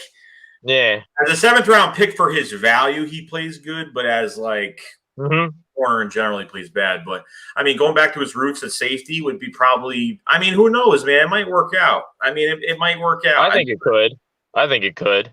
Yeah. New jersey number. New position. Going back to his. He has a new jersey number now. Yeah, 21 now. Yeah. Oh shit! I forgot about that. Yeah. Who got his current number? Might be Roby. Might have got it. I think Roby Coleman. Yeah, I'm pretty sure that's who got it. I forget already. Yeah, I haven't seen him in a while, so I think Roby Coleman got the number now. Yeah. So Kevon Wallace, man. I don't know. Love what he's saying. Love what he's doing. Me too. You know what I mean? I'm hoping to God, he might come in there, and who knows? I'm not expecting Jalen Mills to I think they'll give him the opportunity to start at safety, but I'm telling you, if someone's hungry enough to take his job away from him, it could happen. Yeah, I also think that Rodney McLeod might be gone after this season. I feel like we're gonna shed some cap because we're gonna be in cap hell in the 2021 offseason. So we may end up having to make token sacrifices that we may not want to make. Yeah, we're over $50 million right now. Yeah, I don't know. Who knows what they're going to do? Yeah. We're just gonna have to see. I mean, I'm not worried about the numbers. How he's good with the numbers. I'm not. I think we were over the cap a little bit this year too, and then like by like before like in the middle of free agency, I think we became like the 10th. I think in the top 10 with cap. You know, I know we were over 10, 15 million. I think something like that. I forgot how much we were over. We were over a little bit amount, but you know, over 50. So a lot of guys are going to be gone. Like.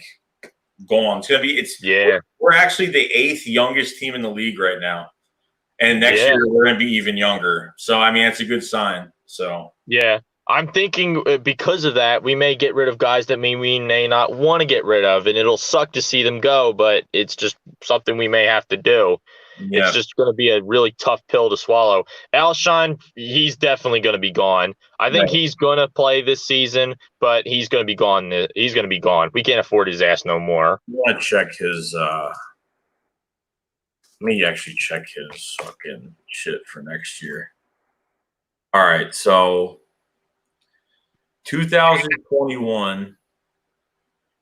All right, so this year he's making $9 million. He's making $9 million this year, guaranteed. His cap number is 15 this year. Next year, he's making $12 million, and his cap number is 18 million next year. So it goes up 3 million. Yep, he's out of here. He's out of here after this season. Now. Yeah, they couldn't cut him. They couldn't cut him this year. No, because he's still hurt. Last time I checked, it would have been 25 million in dead cap anyway. So there was no. Yeah, it wouldn't matter. So if they just say if they did trade him next year before like post June, if they trade him next year, they would save almost 8 million cap space. Next year, before June, by post June, they'll save 8 million. About 7.9 million, pretty much. So, I mean, at that point, we don't know how he's going to be, if he's going to be healthy, not healthy. But the trade deadline this year, I don't know. I think it'd be smart. It could happen depending on how he's playing, or if he's getting beat out of his position, or whatever's going on. If he's healthy by the trade deadline by week 9, I think most of that money is going to be paid for. Like, he's only going to have like a couple months left on his deal, which isn't going to be that much. So who knows at this point? I don't know. I mean, I really want him gone because I want these other receivers to – I just want someone else there. I want another young guy to be going in. They'll get their shot. I think this season's going to be his last. Yeah. Either way you slice it, this is going to be his last season. Yep. The battle will be most likely between Quez and John Hightower. Yeah. Initially, I'm thinking Hightower's more likely to make the spot than Watkins, but I'm hearing some good things about Watkins, and I think the battles between him, the battles between Quez, Hightower, Ward, JJ. I don't know if Ward will even make the roster this year because it's gonna be a shame, bro. Like I actually like Ward. I know. JJ, from what I've heard about him having to learn the playbook over and over again, this if he doesn't make the team, he'll have truly been fucked over. It's not even his fault, honestly. Like when I heard all that news, when he was talking on like a Spanish radio, and someone of course, so we can understand what they were talking about. He didn't know what he was used for. Like he'd make a catch and he'd get thrown, and then he would go to the sideline. Like what the fuck is with that shit? What is with every time a player makes a big play, I see them running to the sideline every time. Like Shelton Gibson, the same shit. We signed him for the last game of the season, the wild card game. He got a PI call, but other than that, it was just like, I think JJ could be better, but I mean, I'm almost giving up on him. But I know it's after 1 year, but they're not going to cut a guy that's a second round pick after a year. It's just not going to happen. I may be stating the obvious here, but it could possibly be because of some incompetent pudding head offensive coordinator that was truly not qualified for his job. Yeah. Now he's back to a wide receiver coach in Indianapolis now. Well, there you go. I mean, that just tells you. I mean, it was so bad to the point where I figured maybe they'll just put him back as a wide receiver coach because we needed one. But they kicked him out of the building. I mean, it must have been that bad. They wanted him gone. I mean, gone. Demotions for some reason ain't really that common. They usually either get promoted or they get fired. Right. I don't know why that is, but for some reason demotions just aren't a thing. So I mean, pretty much the first moves that were made was Mike Rowe and Carson Walsh being gone, and that was just like I was so surprised, like because it was when Doug had that press conference when someone asked him, "Are they staying?" He said, "Yeah, they'll be here for next season." And all of a sudden, like a day or two later, they were released. It was just the weirdest thing ever. That sometimes worries me when Doug will say something and then the rest of the organization will do something else. It makes me feel like they're not on the same page. The only thing Doug has to work on is the one thing Doug needs to improve on is like hiring people to work with him, because I think he's more on like the friendly side than he is like on the business side when he's obviously. Yeah. When Mike Rowe came the OC, I was like, why? Like I didn't get why. Like even Corey Unlin, like look at Corey Unlin. He's good friends with Matt Patricia. He got a fucking DC job. Like how did Corey Unlin get a DC job in Detroit? It makes no sense. Like I still don't know why. I still don't know why or how he got the job. Me either. Don't know. I've heard some people say that he was the reason why the defense sucked rather than Schwartz. Yeah. Because at least Schwartz will actually acknowledge when his defense is underperforming, and he'll tell you straight up. At least he'll say straight up that his defense was underperforming. Yeah. I don't know. But I like what he did now. Like it's pretty much the same what the 49ers are doing. You have the offensive coordinator is pretty much the head coach, pretty much calling the plays, and then he has like a bunch of offensive assistants around him. So it's hit or miss. It'll either fail miserably or it'll work out beautifully. Yeah. It's hit or miss. It's either gonna really jump us to the sky or it's gonna backfire on us horrifically. But we'll see which one of those it is. Yep. All I know is because of that, if JJ doesn't end up on the team, he got fucked over. Right. And it's such a shame. It is. It's a shame. But I think the thing is, this is why you need the preseason more than ever, so you can decide who you're going to bring, who you're going to put on the team. I know, and of course, and I think Aaron Moorhead is going to. I don't think Aaron Moorhead's going to try to be all rigid. I don't think he'll be a typical offensive assistant or anything. I feel like he'll just take these wide receivers and just say, "There's the field, go ham."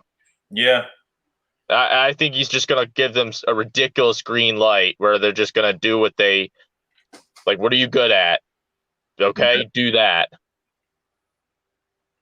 Yeah, no, I mean Aaron Moorhead was, and it's crazy because like even Deuce Staley was working with all the running backs during the combine, and Moorhead was working with all the receivers during the draft, the combine, whatever, which was pretty cool. You know what I mean? So I like Moorhead, and you kind of see like, and that's good. I mean, if he has a job where they trust him to put these receivers in the draft at the combine through all, what they're doing over there, it's a good sign, maybe he knows what he's doing, so. Absolutely. And I know, and Deuce, I think basically the whole structure, I think Peterson will be the head coach. He's head coach. He calls all the plays, but I think Deuce is going to have control of Deuce got control of the running backs. Right. And Moorhead's got control of the receivers. And luckily Deuce is not out of touch when it comes to receiving backs. After all, right. He's gotten his fair share of receiving touchdowns as a player, so he knows a thing or two about that. Right. I mean, there's so much to work with now. I'm just glad that we have a new receiver coach. I'm glad we have a new, even Mark Emanuel, the new cornerback coach as well. He's got a very good resume. He was a defensive coordinator for the Falcons when they shit the bed during the Super Bowl. But I also the offense was just as much to blame for that. Yeah, I know.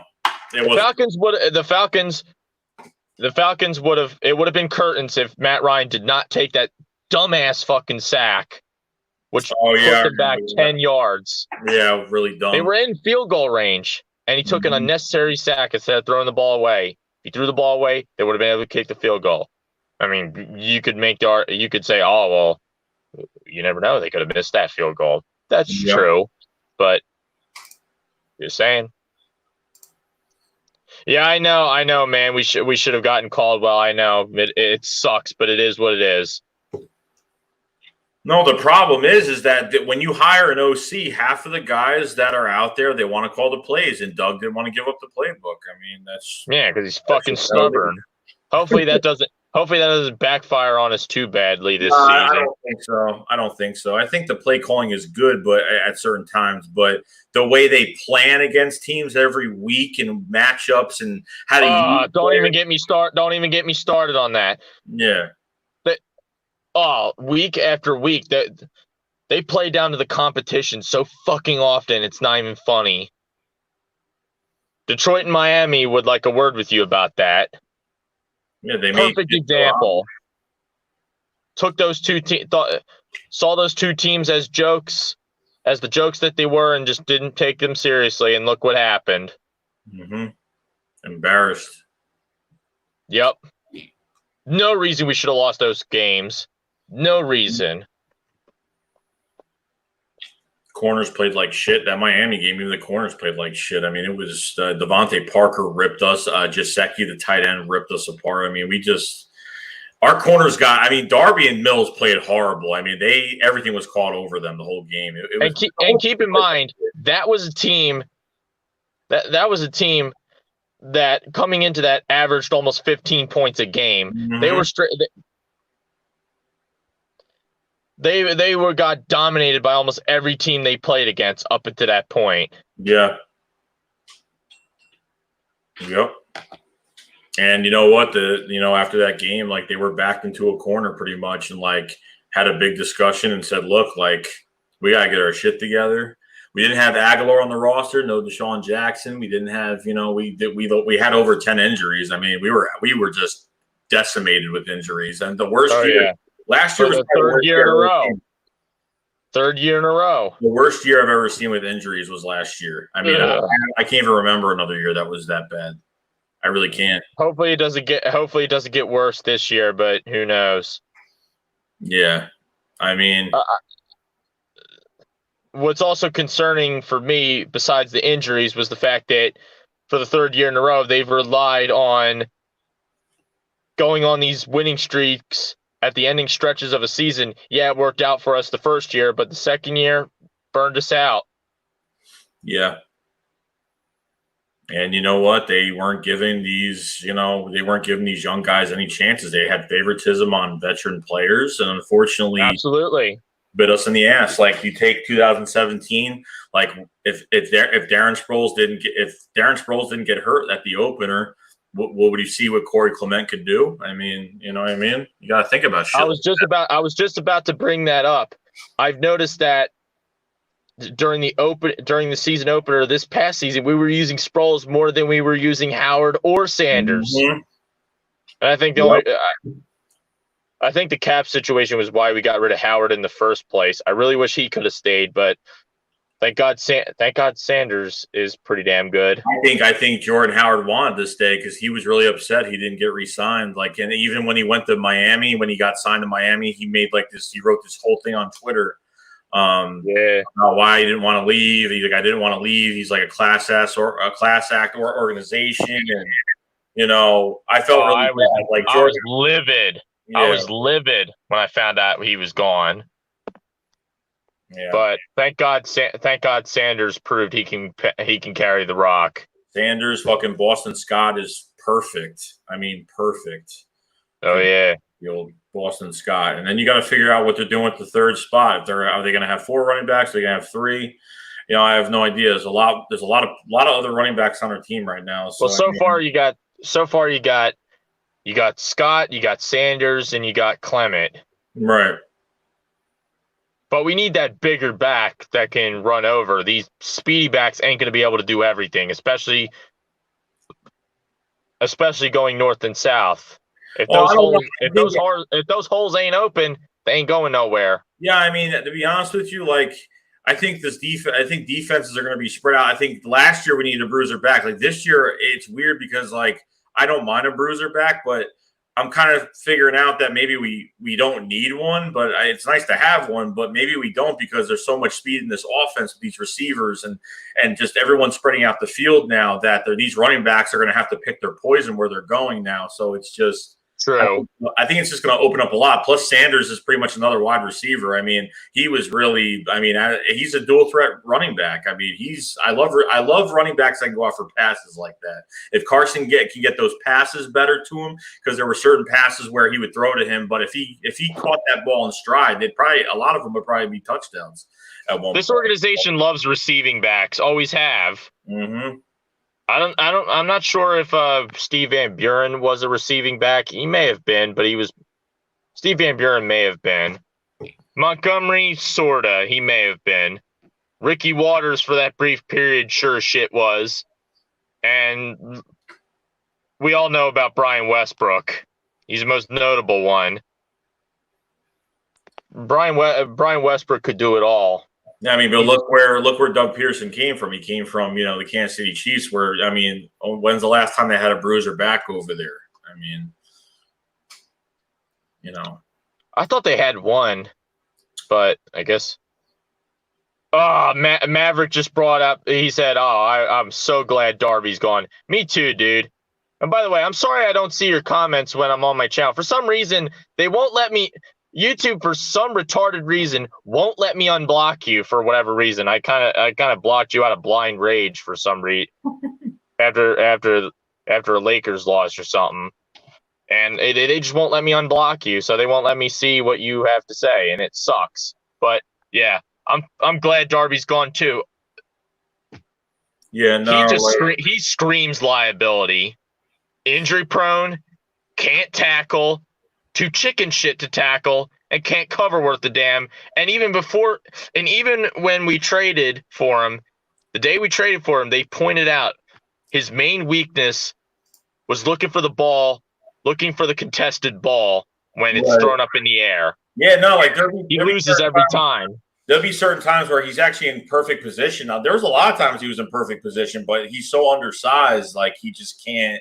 If there's a big receiver on him, it's impossible. Like it's crazy. I badly want to root for this one guy, but Douglas is even worse in that situation because a ball would be thrown and he's not even paying attention. He's fucking face deep in the guy's ass, and he catches a ball on him. Right. He's not even paying attention to the ball. He's got his head deep into his chest like a fucking newborn baby being breastfed. It's like Jesus fucking Christ, man. If you look at the bruiser backs we have right now, like the guys that we have right now, bruiser wise, I know we have Adrian Killens, which that's going to be a hit or miss, and what they're going to do with him, special teams wise, or he's not going to be on the main roster. He'll be on special teams. But you have Michael Warren from Cincinnati. Michael Warren's like a shifty bruiser. Like he's got some jump cut to him, so he's got a little bit of he's got some athleticism to him. He's not just a regular north and south runner. So you have him. You have Elijah Holyfield that we got at the end of last year, and he hasn't really had too much experience in the NFL. But he could run, he could do some stuff, but he just doesn't have reps. He just hasn't. I have a better feeling about Holyfield for some strange reason. I don't know why. I don't know if it's his name or because his father was a boxer. No shit. Yeah, dude. Evander Holyfield's his fucking dad. But then again, that could also be a reason why he doesn't make this team, because apparently celebrities' kids don't seem to pan out for I guess being under the pressure, being in their father's shadow. Well, you definitely know just, that. You definitely know that with basketball. Oh yeah, or even football in some cases. I don't think Jerry Rice Jr. ever made a team. In basketball, it's really bad.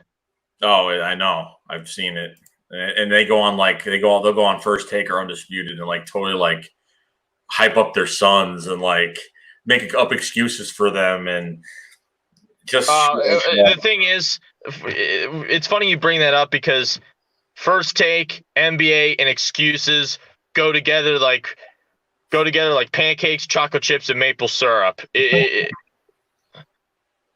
They try with the way they got to make excuses for current players because they want to rank them above players from the 90s. It's like, get the hell up out of here. Players from the 80s and 90s were the best. Come on, get up out of here. Friggin' Stop trying to make excuses. Now, the next thing I want to see is can Jason Peters play on the right side right now? I don't know. They might move him to the left and try to experiment with Isaac Shitmalo on the right. Although he has slightly gotten better, but still, he's mediocre at best. So Malo was ranked a top 10 guard last year. Oh, well, So, I mean, he's not playing hard. His run blocking is fantastic. Am I a big fan of his pass protection? No, but, I mean, apparently something's working out with him, so. I don't know how he would do on the right side. They might try to experiment with that. Do not be surprised if they do. Yeah. I think they will try to experiment with that and put Peters at left guard. I don't see him going to the right. I just don't see it happening because it's way too much of a learning curve. And everyone's like, "Oh, it's not a big deal." No, it is a big deal. Yeah, it is. Andre Dillard can tell you that one. Yeah. That as soon as they said that they was going the right tackle, I was like, another classic Grow. I don't know if you can blame Grow entirely for that, but it was a classic. Lane Johnson. It was trying to force a square peg into a round hole. Lane Johnson did that a few years ago, and he played left side. Did he play horrible? No, but like, what did he look? He was pretty good at left. Lane Johnson wasn't too bad at left tackle. He shut down Greg Hardy. Not bad at all. Although Lane Johnson admitted that he was playing extra hard because because of how much of a scumbag he viewed Greg Hardy. Yeah, it probably gave him some extra motivation. Yeah, it also gave Jason Kelce some extra motivation as well. Although Jason Kelce wasn't blocking him, but he had something to say about him. Right. He said, "I have no respect for scum like that," or something to that effect. Yeah, I don't blame him. I don't think we're signing anybody going into the season. I think we've signed everybody that we were going to sign because I think we're. I would wait. You know what? I would wait until right before training camp because there are some guys that need to get signed. So I would wait. Like I'm waiting for at least a pass rusher. I'm looking for maybe an Everson Griffin signing. Maybe I want to see if that actually happens. I want to actually see it because it will be dirt cheap on a 1 year. So. For Everson, if they make that happen, I'm all for it. But I think it's somewhat of a long shot. Maybe not really. Yeah, and it could happen. It could happen. Go ahead. I'll believe what I see. I'll believe it when I see it. Oh yeah. But everyone keeps forgetting that we have Marquise Goodwin on the roster too. You know, everyone's forgetting. Oh yeah. Every time I see people discussing the wide receivers, I'm thinking, okay, who's on the chart? Okay, we got the four that are the four for the roster are Rieger, Jackson, Jeffrey, Goodwin, and then there's two more spots, and that'll be between JJ, Ward, Watkins, and Hightower. Unless Jeffrey's on the physically unable to perform, if that's an actual fact. Then there will be three spots open, right? Which could imply that if one of them, if someone makes that extra spot and they perform above expectations, that may make him more inclined to trade Jeffery, or at least try to, as soon as he passes his physical or whatever, as soon as he gets healthy again. Yeah. You never know. No, you know. But I've also known this organization to be insanely stubborn and stick to their traditions like no other, and try to hold on to him for too damn long. Right. You also have to take that into consideration. Should be interesting. Matt Week says Madden is trash, always will be. Last Madden that was good was Madden 10. That was the last one I played, that's for sure. You know what I missed? I missed the Maddens that have the co-op in it. That's what I miss. I don't know why. I missed the superstar mode back in 2000, back from 2006, 7, 8, 9. I don't know when it stopped. And then there was that overpowered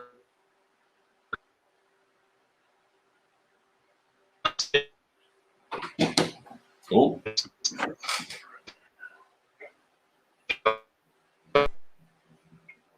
of it. It must have been after Madden 11 or something. I don't remember. I didn't make it past 10.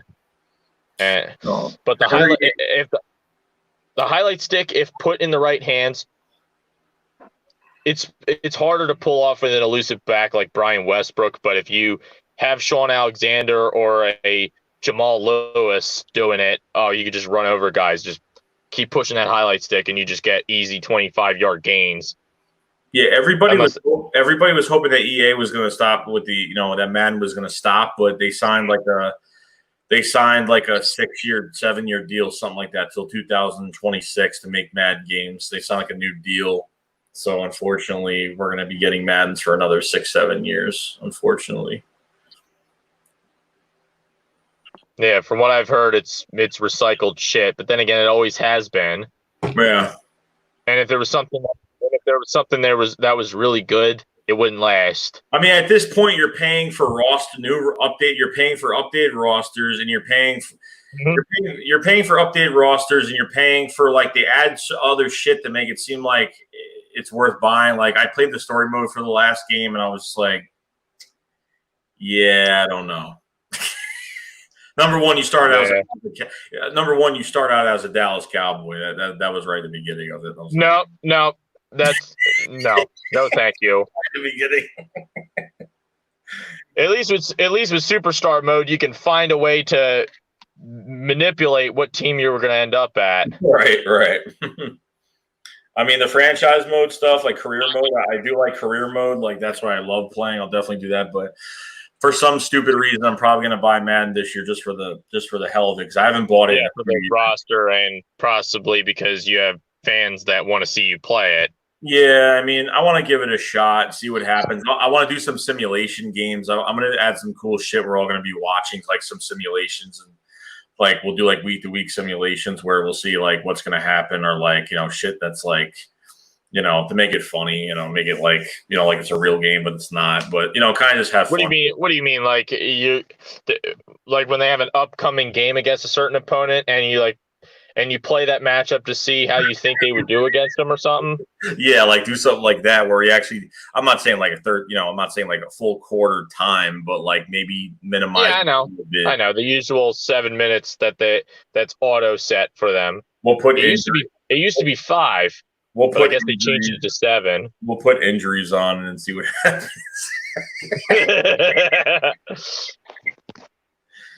Oh shit! That's gonna be like the whole team. To me, the best football game that they've made that was ever made was ESPN NFL 2K5. Yeah. There's also a broken mechanic in that game that not too many people know about. If you pop in ESPN NFL 2K5 for the PS2 and you turn the penalties off, you can actually line a defensive player on the other side of the line of scrimmage, behind the quarterback or right next to him, and as soon as he snaps the ball, down he goes. Well, it's harder to pull off with, say, a smaller linebacker or a corner, because if you try to sack him from the side, the quarterback will automatically shake you off. But if you're right behind him, it'll work every time. Defensive lineman, defensive lineman, you can sack them any way you want. Or Right. if they're in punt formation, you can get in front of the football to block it. But Cutting out.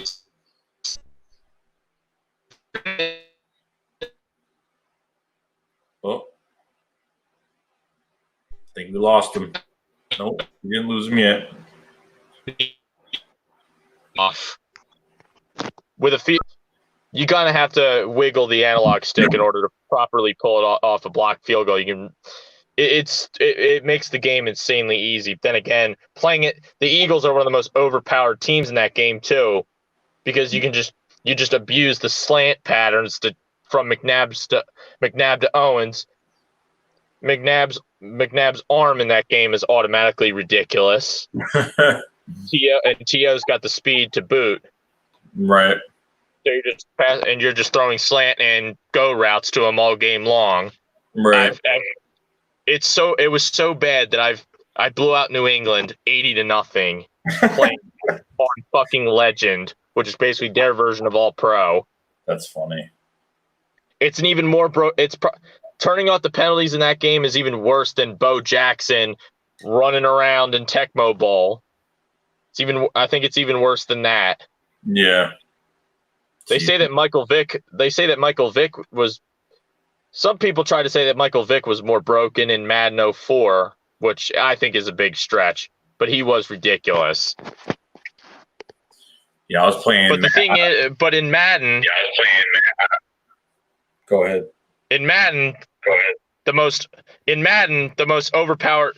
unfair quarterback, the most overpowered quarterback to play against all those years was Peyton Manning, because he would constantly change the plays on you. Mm. So Peyton Manning could have your defensive line, you could have your defensive formation. Peyton Manning will call audibles every play and change them on you. And if you're not prepared for that, if Peyton Manning has the opportunity to pick your defense apart, he will do it. It seems the only way you could beat Peyton Manning was to throw in the same amount of audibles back to try to confuse him, and that took a lot of skill. Yeah, it's definitely changed over the years, but I think Michael Vick, playing against him, Michael Vick may kind of abuse the scrambling cheese that Madden's known for today with Ultimate Team, where people just will throw out a Michael Vick or a Randall Cunningham and just scramble on you repeatedly. Yeah. Shit. How long have we been on it for? 2 hours. I started a little bit earlier today. All right, guys. Well, I'm actually going to head out. And, all right. We will be, I don't know, I'm probably going to do something tomorrow, most likely, but I'll have a video out tomorrow and then maybe do a stream tomorrow night. So I'll be at work, so I may not be available. All right. Got to make that paper. I'm working 6 days a week, so I know. I'm trying to work toward that, but they haven't put it out yet. Where I work, they have to actually put out the paper that I have to sign to even get that position, and they haven't opened that up in years. Wow, it's fucking crazy. Yeah. All right, guys. I'll see you guys later. Peace out, guys. Peace and chicken grease.